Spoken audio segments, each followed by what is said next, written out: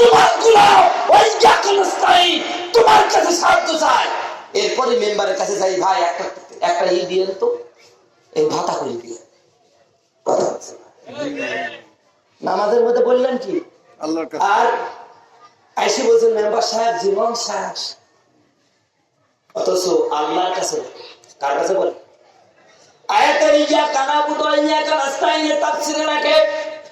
যারা প্রকৃত মুমিন হবে ওদের যদি স্যান্ডেলের একটা ফিতাও ছিঁড়ে যায়, ওরা পৃথিবীর কোন মানুষের কাছে যাবে না, ওরা আল্লাহকে বলবে আল্লাহ স্যান্ডেলের ফিতা ছিঁড়ে গেছে, এটা সেলাই করা, এটা বদলে একটা ভালো স্যান্ডেল ক্রয় করার মতন ক্ষমতা তুমি দাও।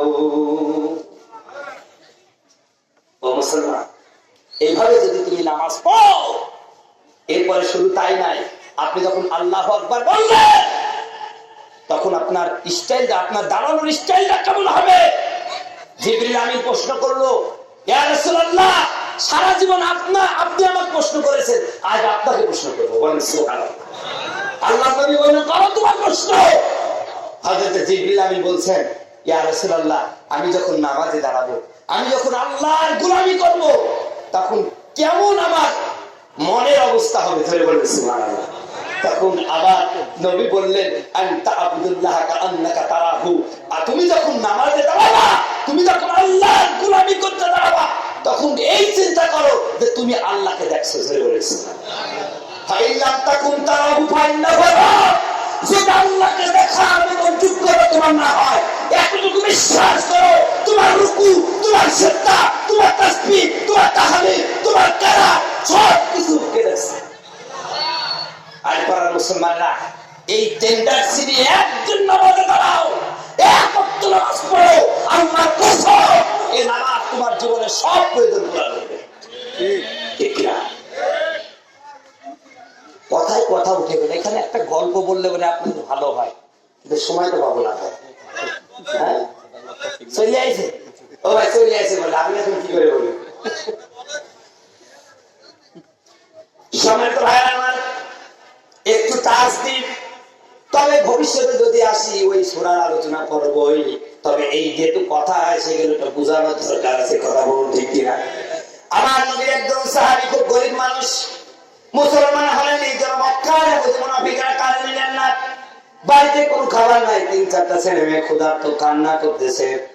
স্ত্রী একদিন ডাক দেয়া বললেন তাদের স্বামী, সন্তানদের আমরা তো ধৈর্য ধরতে পারবো, এই ছোট্ট বাচ্চাগুলোকে ধৈর্য ধারণ করা যাবে না, আজকে আপনাকে কোথা থেকে একটু খাবার এনে দিতে হবে। আমার ভাইরা, নবীজির সাহাবী ফজরের নামাজ আদায় করে কতজনের কাছে গেলেন, ভাই একটু আমাকে কাজ দেন, আমি কাজের বিনিময়ে। আসলে ভাই বুঝেন, উনি কাজ চাইছে, টাকা চাই না, কি চাইছে? কাজ। ভাই আমাকে একটু কাজে নেন।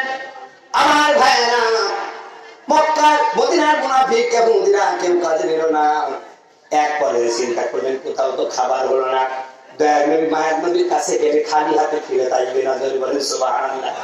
এবার তিনি আমার নবীর কাছে গিয়া বললেন, ইয়া রাসূলুল্লাহ, ইয়া হাবিবাল্লাহ, আজ কয়েকদিন হলো আমার বাড়িতে খাবার নাই, আমার ছোট্ট বাচ্চাগুলো ক্ষুধার জন্য কাঁদতেছে।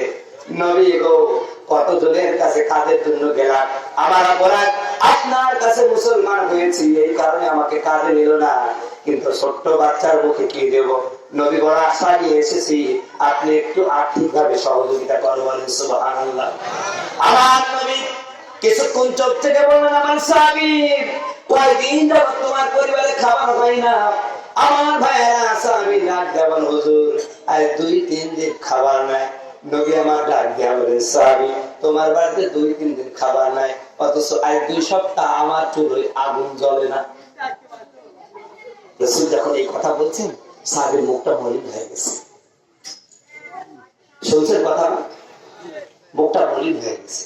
রাসূল বুঝতে পেরেছেন আমার সাহাবীর মনটা খারাপ হয়ে গেছে। রাসূল বললেন, সাহাবী, মুখটা মলিন হয়েছে, আমার চুলায় 2 সপ্তাহ আগুন জ্বলে না, এতে তুমি কষ্ট পেয়েছো? কেউ না, আমি কিছু না দিতে পারলো এমন একটা রবের সাথে তোমার সম্পর্ক করে দিব, তাকে তুমি ডাকতে পারলে, তার সাথে কথা বলতে পারলে তোমার ব্যবস্থা হয়ে যাবে। বলেন সুবহানাল্লাহ। সাহাবায়ে কেরামের ঈমানের মতো কি আমাদের ঈমান ভাই? তারা রাসূলকে সাবিনা আতানা যা শুনেছে সেটা মেরেছে। প্রিয় ভাইরা, সাহাবী বলতে হুজুর সেই রবের সাথে পরিচয় করে দেন আর কিভাবে ডাকতে হবে সিস্টেমটা শিখাই দেন। আমার নবী সূরাতুল বাকারা থেকে একটা আয়াত বের করলেন, চলে আসে লিল্লাহি তাকবীর, প্রধান বক্তা আগমন আইন পাড়ার পক্ষ থেকে তাই প্রধান বক্তা তো চলে আসছে। এখন যদি এটা বাড়ায় শেষ করতে গেলে এখন 5 মিনিট লাগবে, আর প্রধান বক্তা বসে রেখে আলোচনা করা এটা দৃষ্টিগত, তা আপনারা আমাকে মাফ করেন। তাই তবে যতটুকু বুঝিয়েছি